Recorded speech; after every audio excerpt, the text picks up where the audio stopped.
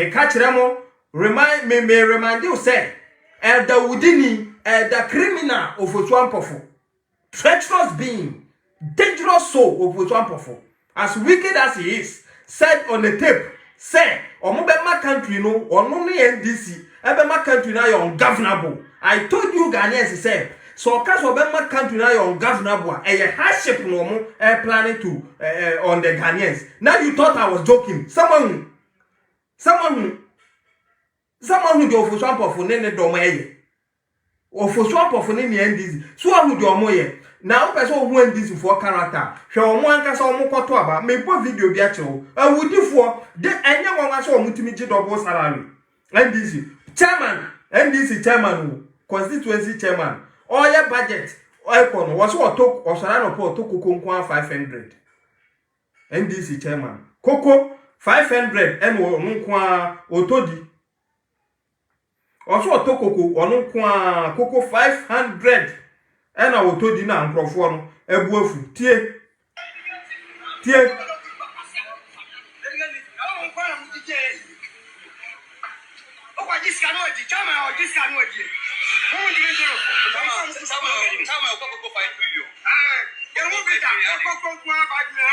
Adena Abeka this Adena Abeka wo boom bukata. Omodi say ya no omodi do national level. Enu nti enya nwanwa say circle interchange ma beka kire say what the 260 million. Ene ye enya nwanwa say ma di over 200 million. Etimi ye terminal in airport. What the airport terminal. Now obi di 166 million. I build a whole complete international airport to world standard. Ewen krom yankwa ebedu Ghana yankwa ye de gold na ye terminal nintino over 200 million US dollars ni baba akode aye na se oni chairman di koko 1 million we na yo mama ketu saboko ujimi so na wate ketu sa aboka ujimi so na wate we mu nyina na emwa na ne omo ma meda wo omo no emwa ni bia baso. Now the NDC talking no Mahama say Ghana yedin meba no so ohun me fa video bi enkyere mo Mahama say Ghana ayedin hwesika nko a watwa e de koma party 1.3 billion Ghana cedis or the koma party you can say NDC so omunye na omunko krom no omunya kwantwantro sika nko a watwa o nipa weti man mu ka kire wo say Omano, imu ayeten. Sa odwene wo ho a, sa 1.3 billion nipa ahin na betimi di aya adwuma na se be fidi mu. But o se the party for nye no omun koso a entwan tronto aban so. No omun mia communication FM station for na muntiti bi mu omunni na da bi omuba omunni akufu ado atem be keka nkwasa asem nkire Ghana for.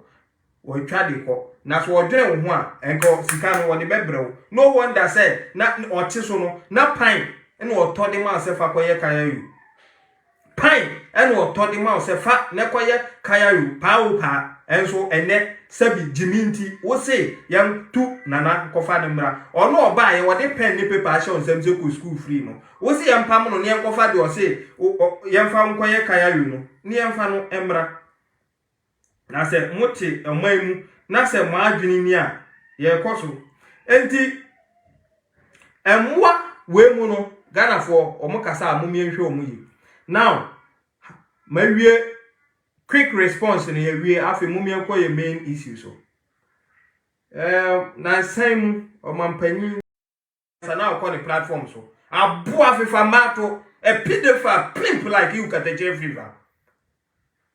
Now who betrasi be the president atem. Now MPP government there I don't know. Say democracy no mona modi ba wiase a monfai ada na mankoko mo ho sa mo mamwo we betrase kasasa to nipa so BNI monti asese monya adwuma ma MPP monya adwuma ma man nti kwase bi betna FM station so jimi na moadwen da ne trimu obekeka mo asema monche no ada na moche Captain Smart na mujano for what reason? For what reason? Ebepim nekra no de ntia mo be check Captain Smart. Muntimi communicate here. Do you think you work for the MPP or you work for the country? BNI. Me no na yakasa no. Muntimi enti obi be count sabin emwa sama muntimi nche no. Wouldn't say for him to have said Akufo-Addo enye wonye Ghana ni no a recipe for war. Then let the youth come and wonye Ghana ni dia yenkotu no. Nemfre kunya no so. Is it not calling for coup? Now, Buabi to say Kasano Mutielu, can Jeff if I'm coming back to you? Oh, Agyimifuo. Okay, now, Akufo-Addo Ghana nya. When did you know Akufo-Addo Ghana ni? And you one and they better about who campaigning for Akufo-Addo no. Satan no know Ghana ni because Nana Ba and was media me for Ghana is come my journalist be any. Oh, to say my mouse ka kandi obekanti mubofu muko kwa pai because ya from man kwa shisha baby am man kwa ko wiye sika ni. Mwa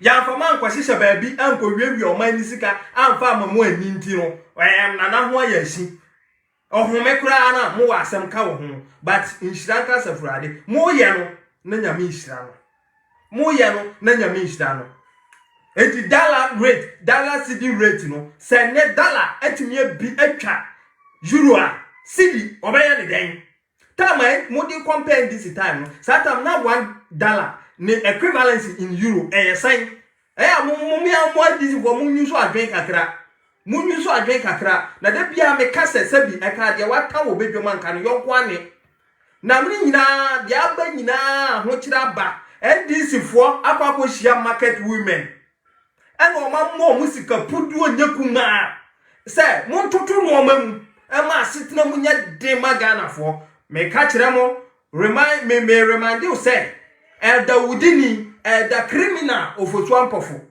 treacherous being, dangerous soul of Otuampofo, as wicked as he is, said on the tape, say, Omobema country no, or no NDC, Ebema country now you're ungovernable. I told you Ghanaians said, so cause Obema country now you're ungovernable, and a hardship no more planning to on the Ghanaians. Now you thought I was joking. Someone who the Otuampofo nene domeye.